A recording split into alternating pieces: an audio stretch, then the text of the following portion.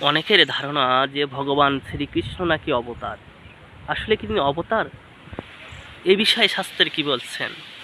চৈতন্য চরিতামৃতে বলছেন যে তিনি অবতার নন, তিনি হচ্ছেন অবতারী, তিনি আদি পুরুষ।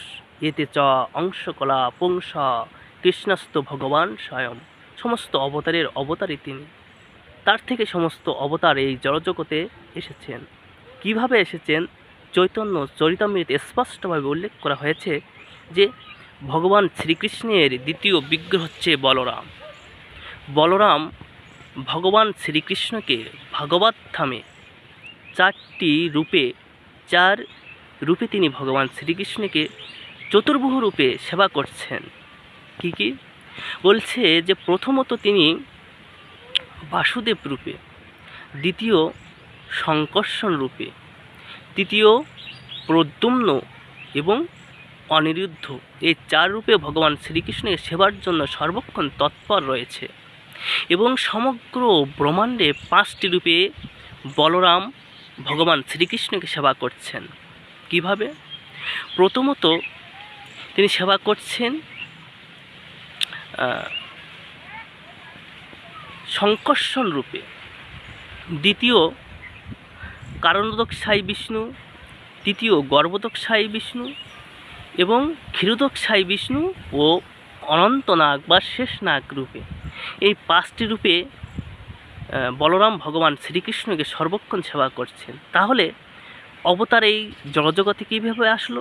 বলছে যে কারণোদক সাই বিষ্ণু, গর্ভোদক সাই বিষ্ণু, ক্ষীরোদক সাই বিষ্ণু, এই যে 3টি অবতার, এই 3 অবতারকে বলা হয় ভগবানের পুরুষাবতার। ভগবান শ্রীকৃষ্ণের সাংস অবতার এই 3 অবতার, অর্থাৎ পুরুষাবতার। যত অবতার এই জড়জগতে এসেছেন প্রত্যেকেই এই 3 পুরুষাবতারের থেকে এসেছেন। তারা অবতার, অর্থাৎ 10 অবতার বা 24 অবতার যেগুলো রয়েছে প্রত্যেকেই 3 পুরুষাবতার, ক্ষীরোদক সাই বিষ্ণু, কারণোদক সাই বিষ্ণু, গর্ভোদক সাই বিষ্ণু, এই 3 পুরুষাবতার থেকে এই জড়জগতে প্রত্যেকে এসেছেন। কিন্তু ভগবান শ্রীকৃষ্ণ হচ্ছেন তিনি আদি পুরুষ। তিনি এই জড়জগতে কখন আসেন? বলছে তিনি এই জড়জগতে ব্রহ্মার প্রতিটি এক দিনেই এখানে আসেন। ব্রহ্মার একদিন সমান এই জড়জগতে সময়টি কেমন? শাস্ত্রে বলছেন যে সত্যযুগ, ত্রেতাযুগ, দ্বাপর যুগ এবং এই কলিযুগ, 4টি যুগে এক দিব্য যুগ। অর্থাৎ আমাদের 14 জন মনু দ্বারা এই জড়জগৎ পরিচালিত হয়ে থাকেন। 14 জন মনুর যে সময়, সেই সময়টা হচ্ছে ব্রহ্মর একদিন, অর্থাৎ 14 মনন্তর। এক একজন মনুর এক এক মনন্তর হয়ে থাকে। এভাবে 14 মনন্তরে ব্রহ্মর এক দিন। তো এক মনন্তরে কেমন সময়? বলছে যে 4টি যুগ, সত্য, ত্রেতা, দ্বাপর এবং কলিযুগ, 4টি যুগে এক দিব্য যুগ এবং 71 দিব্য যুগ, অর্থাৎ 71 গুণ 4 দিয়ে যেটা হয় 71 দিব্য যুগে এক মনন্তর। বলছে 14 মনন্তরে ব্রহ্মর একদিন, ঠিক 24 ঘন্টা। তো বলছে 6 জন মনু, যে বর্তমানে যে মনুর সময়কাল চলছে সেটি হচ্ছে সপ্তম বৈবস্বত মনু। সপ্তম বৈবস্বত মনুর রাজত্বকাল এখন চলছে।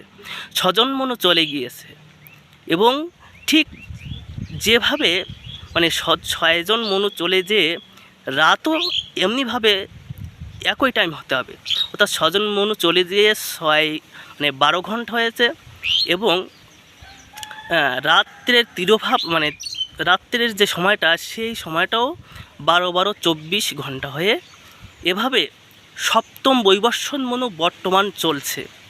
তো বলছে সপ্তম বৈবস্বত মনুর 27 দিব্যযুগ চলে গিয়েছে। 27 দিব্যযুগের শেষে 28 দিব্যযুগে ভগবান শ্রীকৃষ্ণ, এই দ্বাপর যুগে ভগবান শ্রীকৃষ্ণ একবার আবির্ভূত হন, অর্থাৎ ব্রহ্মর 24 ঘন্টার পরে ভগবান শ্রীকৃষ্ণ একবারে জড়জগতে আবির্ভূত হন। তিনি এই জড়জগতে আবির্ভূত হয়েছেন বর্তমান সময়ের সপ্তম বৈবস্বত মনুর 28 দিব্যযুগের দ্বাপর যুগের শেষ প্রান্তে এসে ভগবান শ্রীকৃষ্ণ আবির্ভূত হয়েছেন। এবং এই যে কলিকালের প্রারম্ভে শ্রীমন মহাপ্রভু তিনি ভগবান শ্রীকৃষ্ণের অর্থাৎ রাধাকৃষ্ণের যে ঘনীভূত রূপ, সেই ঘনীভূত রূপটা এক হয়ে শ্রীমন মহাপ্রভু হয়ে এই জড়জগতে কলিকালের প্রারম্ভে তিনি এসেছেন। তার যে হরিনাম সংকীর্তন, সেই সংকীর্তনটি বিতরণ করার জন্য ভক্তভাবে এই জড়জগতে এসেছেন।